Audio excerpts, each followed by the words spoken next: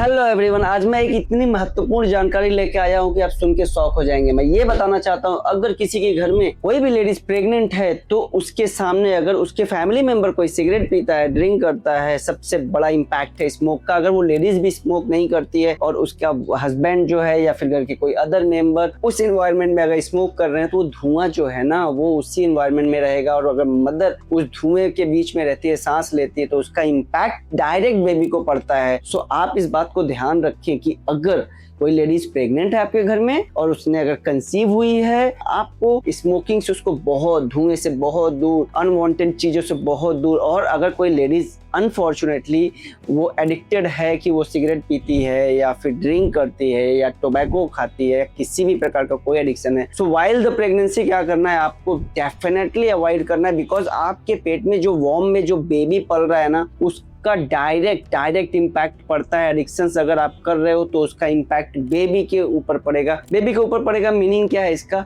Baby का जो organ जो डेवलप हो रहा है ना उसके ऊपर पड़ेगा। कभी कभी कुछ बच्चों का ब्रेन डेवलप नहीं होता, कुछ बच्चे जन्म से एमआरसीपी मतलब मेंटल रिटार्डेशन, सेरेब्रल पैल्सी जैसे पैदा होते हैं। कुछ बच्चों का हाथ टेढ़ा हो जाएगा, कुछ बच्चों का पैर टेढ़ा रहेगा, कुछ बच्चों को कार्डियक जो हार्ट रहते हैं अंदर से वो प्रॉपर्ली डेवलप नहीं होते। हार्ट के जो चैम्बर होते हैं, 4 चैम्बर, वो अच्छे से प्रॉपर्ली डेवलप नहीं होते, उनके बीच में छेद होता है। जो लोग कहते हैं कि जन्म के समय बच्चा पैदा और बच्चे के दिल में छेद है। सो मल्टीपल रीजंस है। अगर आपके घर में कोई भी लेडीज प्रेग्नेंट है सो सभी लोगों को अवेयर होना है, सिर्फ एक का काम नहीं है।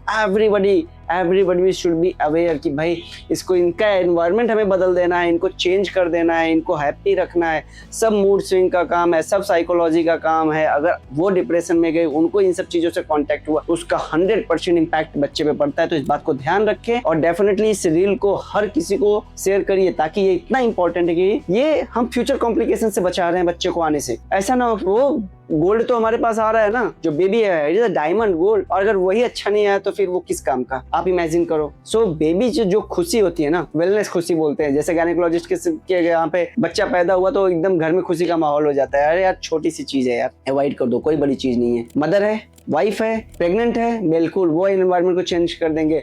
बहुत बार होता क्या है, मैं आपको बताऊं कि हस्बैंड को ऐसा लगता है कि वो एक रूम में, एक घर में बैठे और वो स्मोक कर रहे हैं, मतलब उनकी साइकोलॉजी की ये तो नहीं पी रही है, मैं ही पी रहा हूँ ना, उसका इम्पैक्ट भी बच्चे पे पड़ेगा। सो इस चीज को आपको अवॉइड करना है और इस रील्स को ज्यादा से ज्यादा लोगों तक शेयर करिए, ताकि ये लोगों को समझदारी आ सके और लोग समझ सके और हमें छोटे छोटे ना प्रयास से लोगों को छोटी छोटी प्रॉब्लम से बचा सके। Thank you.